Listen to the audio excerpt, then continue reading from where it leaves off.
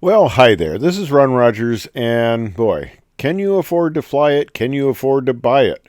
Price points and aerobatic aircraft. And this gotten kind of interesting because I originally bought my fully loaded with the advanced avionics for $295. It's up to $490 now, and the WACO YMF 5 that used to be under 500,000, and they're up to 640 now.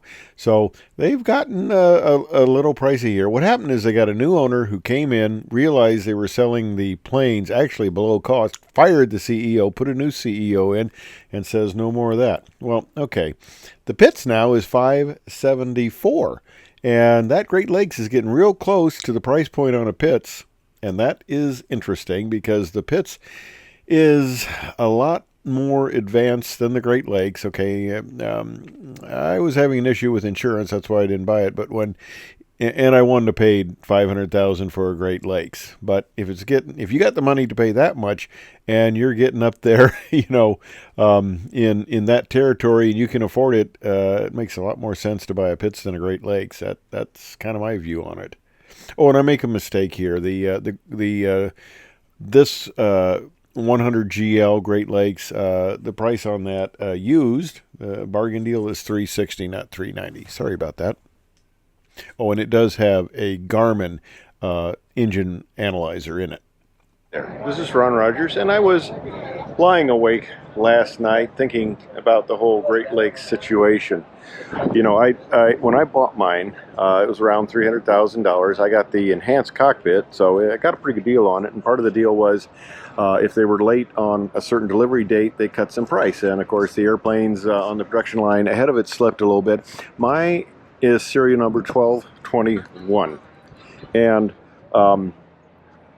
I was talking to a guy. A couple of us signed contracts at the $300,000 price, and actually a guy signed his contract before me, and I think I kind of jumped the line. Actually, I think the salesman jumped the line on it, not like jumping the shark, which is totally different, but jumping the line. And mine was actually getting delivered in front of his, so I think he had 1222 or 23, but there were two of them.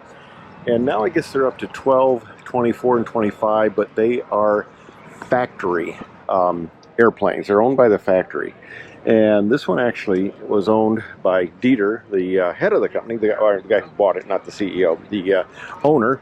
And it's got about 60 hours on it, I guess, and he's selling it for the bargain price of $390,000. But doesn't have, and I'm not sure, it doesn't look like it has an engine analyzer in it. I don't see that, and I absolutely love having an engine analyzer. And it's, of course, it's got the electronic instrumentation, so I'm not actually sure what it has there in those bottom three, what the instruments are. But anyway, less sophisticated than my G5 and the JPI on it, which I absolutely love for the engine data. But I think basically, I hate to say it, but I was lying awake last night thinking, looking at the numbers and what kind of the things I can piece together from the information, that I don't think they've sold a single Great Lakes since they raised the price. So they got to do something about that. But that's the story that kept me awake last evening. We all know that the performance of the Pitts is just awesome.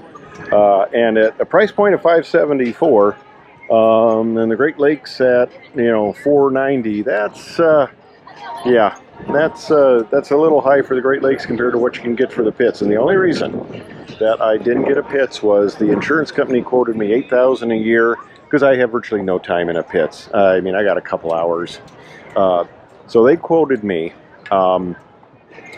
$8,000 a year for the Pitts and $4,000 a year for the Great Lakes, and it was, probably as I age, it wasn't going to get any better. So that unfortunately determined that I went with the Great Lakes. Of course, now if I had to make the decision, yeah, it's more of a decision, and yeah, of course I liked the Starboard Decathlon, but I had a little trouble. I've had a back issues, fused back since about 30, and I sat in the back seat of the Decathlon instructing in it, a lot of room, but I couldn't get in the front seat, and it was kind of disappointing, so that ruled that out. But anyway, great, beautiful airplane, high performance, and just super.